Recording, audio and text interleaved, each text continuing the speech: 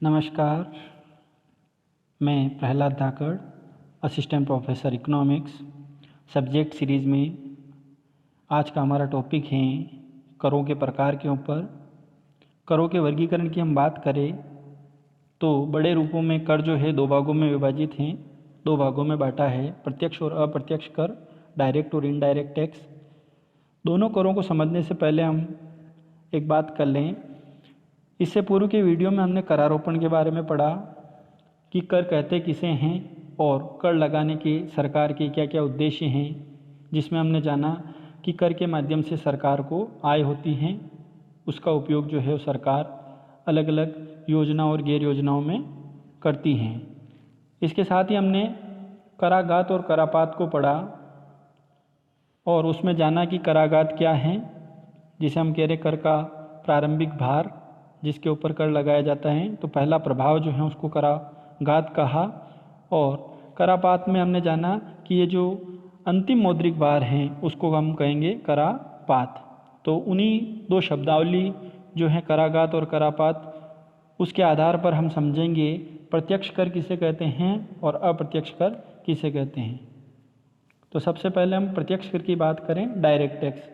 Word से ही पता चल रहा है इसके कि प्रत्यक्ष कर जो है डायरेक्ट, अर्थात जिसके ऊपर ये लगाया जाता है उसी से इसकी वसूली की जाती है। मतलब जवाबदारी जो होती है, जिसके ऊपर पहला प्रभाव है, जिसको हम कह रहे हैं कराघात पहला प्रभाव और कराघात अंतिम मौद्रिक भार, दोनों एक ही व्यक्ति पर हो तो ऐसे कर को हम कहेंगे प्रत्यक्ष कर, कि जिसके ऊपर सरकार लगा रही है वही उसकी जवाबदारी है कि वो उस कर को जमा कराएं। तो अंतरिम मौद्रिक भार भी वो उसी के ऊपर पड़ रहा है, तो इसको हम कहेंगे प्रत्यक्ष कर। इसके कुछ प्रकार हैं, जैसे आय के ऊपर लगने वाला कर। सरकार समय समय पर आय की अलग अलग सीमा निर्धारित करती है, जिसके आधार पर सरकार जो है वो अलग अलग मात्रा में सरकार कर इकट्ठा करती है। निगम कर हैं, पूंजीगत अनुलाभ कर हैं, संपत्ति कर, उपहार कर, प्रतिभूतियाँ जो भी सिक्योरिटी लेते हैं उस पर जो ट्रांजैक्शन लगता है, ट्रांजैक्शन टैक्स, वो भी प्रत्यक्ष कर का प्रकार है। दूसरा है अप्रत्यक्ष कर, इनडायरेक्ट टैक्स, जिसमें हम समझें कि कराघात एक व्यक्ति पर है और करापात दूसरे के ऊपर है।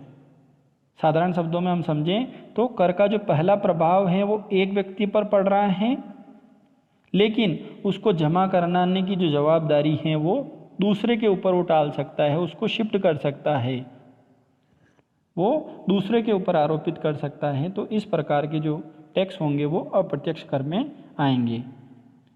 जैसे बिक्री कर अभी जो चल रहा है, वस्तु और सेवा कर जीएसटी, मनोरंजन कर, सीमा शुल्क आदि। तो इस प्रकार हम देखते हैं कि प्रत्यक्ष कर में जो जवाबदारी होती है वो कराघात और करापात कर का प्रभाव भी एक के ऊपर ही पड़ रहा है और उसको जमा कराने की जिम्मेदारी भी है वो उसी व्यक्ति के ऊपर है। वहीं दूसरी ओर हम देखें कि अप्रत्यक्ष कर में क्या होता है कि जवाबदारी जो होती है वो दूसरे के ऊपर डाल सकते हैं। जैसे क्या करता है, एक व्यापारी जो है कर की वसूली किससे करता है, उपभोक्ता से करता है। तो प्रत्यक्ष कर में सीधा प्रभाव है, जिसके ऊपर लग रहा है उसी को उसका भुगतान करना है, जबकि अप्रत्यक्ष कर में क्या कर रहे हैं, आरोपित एक के ऊपर रहा है, लेकिन उसको वो दूसरे के ऊपर हस्तांतरित करके उसका भुगतान करवा सकता है।